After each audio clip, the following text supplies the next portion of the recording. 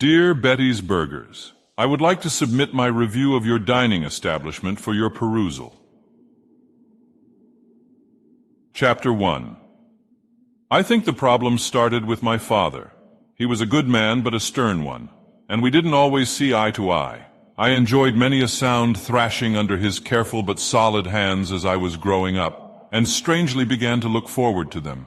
Each meaty thwack on my nubile body would eventually cause me to moan in pleasure, which only caused him to hit me harder, making me moan even more loudly. This infinite pain-pleasure spiral was the beginnings of my first BDSM relationship, even though we were both unaware of it at the time.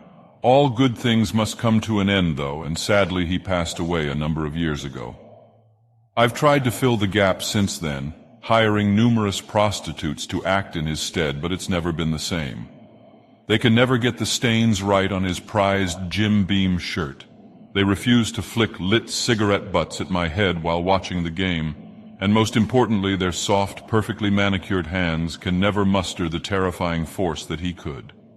I've had his ashes stored away with my rarest Pokemon cards, surrounding him with treasures like an ancient pharaoh, and hoping they would follow him into the afterlife with maximum hit points.